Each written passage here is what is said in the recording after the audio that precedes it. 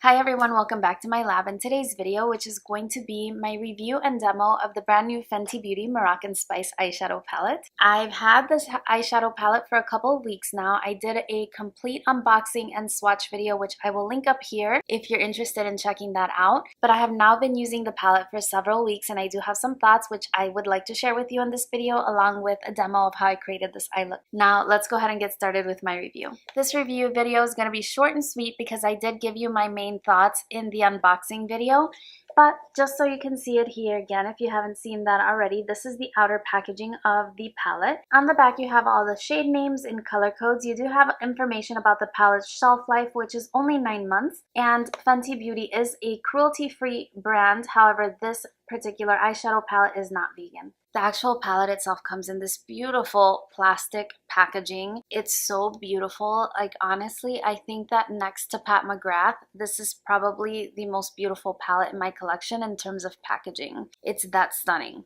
It's the same as the Galaxy eyeshadow palette that she had for holiday, but the holiday palette did not have this pattern on the front. On the back side, you do have a label with the shade names, and again, you have the shelf life and information about the palette, which I covered in my swatch video. When you open it up, it does have a very nice size mirror that is very good quality. As you can see, my palette has been getting a lot of love already. I tried to tidy it up a little bit for the video, but here's where we are. Alright, so the palette retails for $59, and I can see that a lot of that money is going into the packaging. Like I said, it's absolutely beautiful.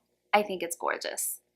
It's heavy, but not too heavy. I also like how the mirror stays propped up so that you don't have to both hold the palette as well as try to balance a mirror if you're using it to apply your makeup. That's a really nice touch. It's fairly easy to open. I know some people have said that it's hard for them to open, but even with my long nails, I'm not having any problem. So I've been using this palette for a few weeks, as I've mentioned, and I have some thoughts about the color selection as well as the quality of the eyeshadows. You do have a mixture of matte and shimmers in this palette. You have both metallic as well as that just glittery type of top coat type formula that she had in the Galaxy palette for holiday. I do love her matte formula. It's beautiful, it's blendable, it's creamy. I do enjoy it. So all of these shades down here on this side of the palette are your mattes. This one is a little bit more of a satin finish, but it functions as a matte. I do have it on my eyes today and you'll see it applied. There are a couple of metallics. This one here is a beautiful, delicious metallic, and so is this blue. It functions beautifully. These two shades down here are a little bit metallic, or maybe a hybrid between a metallic or satin finish. They don't pack the same intensity as this one and this one does. And then all of these shades up here, these are more like the Galaxy palette, which, to be honest, I don't think people like that Galaxy palette that much because it was a companion palette, not really a standalone palette. And given that that eyeshadow palette already has so many of these shades, personally I would have preferred to see more of the metallic formula because it's really beautiful, like really beautiful, rather than these shades. Even though they are beautiful, I am wearing this one as I'm wearing this one as an inner corner highlight, and it's a beautiful, beautiful shade. And layered over other shadows with more of a base color, they look beautiful. But I do own the Galaxy palette already since I was a big supporter of the Fenty Beauty brand, and so I have a lot of those top coat shades, and I would have preferred metallics, as I stated. So that's my first feedback with regard to the finishes on the eyeshadow palettes that are here. And then the other thing that I wanted to mention is that when I purchase an eyeshadow palette, I feel I'm investing in two things. The first thing is the quality, and I have to say that for this one, the quality is definitely there. I'm not disappointed with the quality of the palette. I do think that for that price point, however, you can get similar quality in other brands. So that's just something that needs to be stated, because this palette at $59 is getting up there in price. Like, I think that this is probably the most expensive palette that I own besides Marc Jacobs, Natasha Denona, and Pat McGrath. So I wouldn't put this formula on that level. I think that it's great, but I don't hold it in as high regard as I do at least Pat McGrath and Natasha Denona. So with the pricing, I found it a little expensive. So I expect the quality, and I have to say, it's there. I'm not complaining about the quality, it's wonderful. But the other thing that I feel I'm investing in is inspiration. And this is where this palette falls short for me a little bit. I do love colorful looks. If you've been watching my channel any amount of time, you know that I do like to play with color on my eyes. Although this palette does have a pop of blue, if you cover this pop of blue, which I know a lot of people are doing, you have a warm neutral palette. And there's not much inspiration in that, and I think that it's something that can be easily duplicated in your collection already if you have, you know, say maybe 10 eyeshadow palettes. I think that you probably have shades that are similar to this. Maybe not necessarily the exact finish, but in tone, I think you definitely do. So I bought the palette because I wanted to review it for my channel, and also, like I said, I'm a supporter of the Fenty Beauty brand. But to be honest, my purchasing experience wasn't that positive. I don't necessarily blame Fenty Beauty. I think it was more of a Sephora thing. I did share that on my channel as well, and I'll link it up in the cards if you want to hear the story. It's nothing too terrible, just more annoying than anything else. But I have to be honest, I like the palette. I think the quality is there, but I'm not loving the palette. I wish that I did. I wanted to love the palette, especially with a theme like Moroccan Spice. Like, I just feel like, I don't know, I expected something a little more vibrant, a little more, or even if not vibrant, then maybe just more, how can I say this? Because the colors are rich in pigments, and I think that it definitely agrees with the theme, but I think that maybe there's not that much of a difference in depth of all the different shades. Maybe that's what I mean. Like, there's not a lot of gradient from light to dark in the shadows that are provided, and so I find that all of these shades here, they're about of equal color density. It just doesn't create a lot of depth and dimension in your eyes. You're left to the glittery shades to create that dimension, so it just doesn't vibe with how I apply my eyeshadow all the time. I'm going to keep my palette. Like I said, I think the packaging is beautiful, and I do love the brand, and I enjoy the palette, but I think that this palette is better suited for someone who wants a very quick, everyday kind of makeup look. But even so, I do have to point out that there really isn't a shade here for you to set your eyeshadow primer, for example. There's not really a matte brow bone highlight if you like to use shadows that way. There's not a really deep colored tone. I would say the darkest color in the palette is this brown one here, which is called Hennessy. I did create my eye look using the palette today, and I brought in just the Wet n Wild Brulee shade, and everything else is from this palette. So those are my general opinions on the palette. Again, I like it, and I think it's beautiful, honestly. Like, I think I'm keeping it because I just want to look at it. It's just so stunning. But an eyeshadow palette should be functional, and for me, I probably had all of those shades several times in my collection already, and so I can't really say that it was a necessity in my collection. And for that price point, I don't know. That's a similar price point as the Huda Beauty palette, and if you recall, I put that Desert Dust palette in my favorites for the year because that one does have those rich, more maroon and warm tones in it, but it also had purples. And so I felt that I could create a variety of looks with that palette that made me feel a little bit better about the price points I was paying.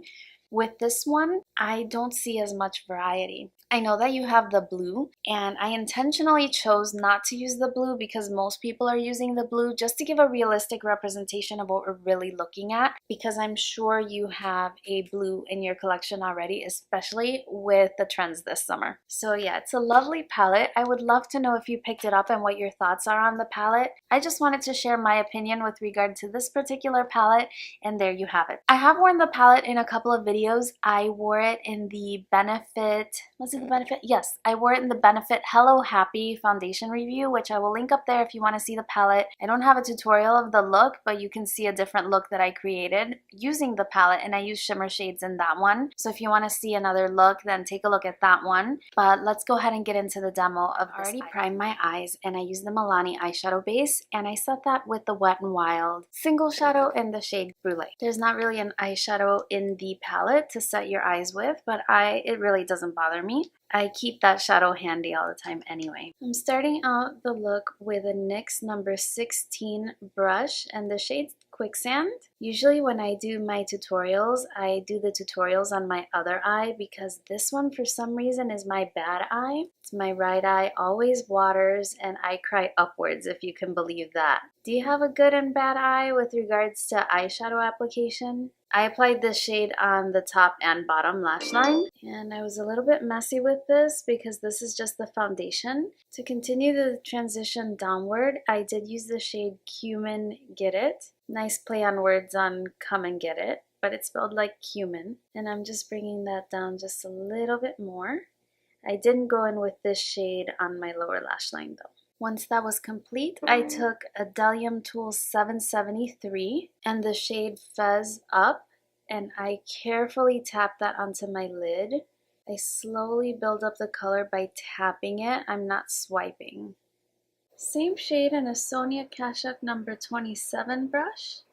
I'm just stamping this along the lower lash line, but I will be blending it out. So it looks harsh right now, but I will blend it. Next, I'm taking a Juvia's Place 127 brush and the shade Saffron, and that's going to soften the transition between the shades that I had put down and the one I just applied. I'm also going to carefully apply that same shade along the lower lash line. That's how I'm going to diffuse the liner I just put down. Once that's set down, I do intensify the lid shade just a little bit to re-intensify anything lost in the blending. And back in with the next brush and the shade Quicksand. And I'm just going to run that around the edges.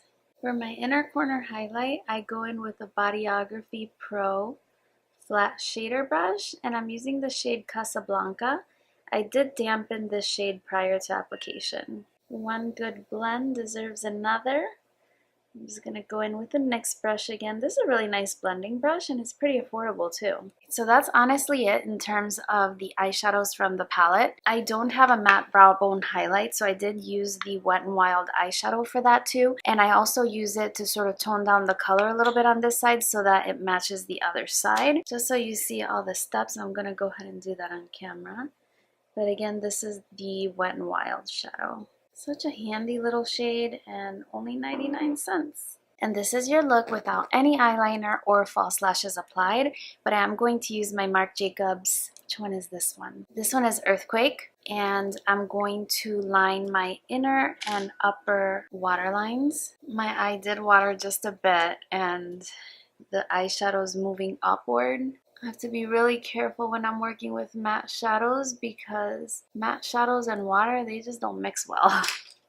Okay, next I'm just going to take a little bit of my liquid liner and I'm going to line the tops of my eyelashes to help disguise the lash band. And you guys know the drill. I'm using falsies today, so I'm going in with the CoverGirl Lash Blast Mascara for separation and my lower lash mascara. This is your look without false lashes applied, but I did apply lashes and I'm going in with the Kiss Flirty lashes. Alright guys, this is the finished look and I'm not gonna lie, I had to MacGyver this eye big time. There was quite a few mishaps while I was applying my eyelash and my eye watered, and you can see the eyeshadow looks a little bit darker on the inner corner, but that is operator error, not anything having to do with the palette. You saw the look before the lashes, so you know, it wasn't looking that dark. I just happens. Alright, hopefully you enjoyed seeing that demo and hearing my thoughts on the palette. If you did purchase it and add it to your collection, I would love to hear your thoughts and what your experience has been in using it so far. If you did enjoy this video or find it useful, helpful in any way, then please don't forget to give me a big thumbs up. I really appreciate it. That's it for today. Thank you so much for spending a few minutes of your day with me. I hope that you're doing very, very well, and I look forward to seeing you again very, very soon on my next video. Bye-bye.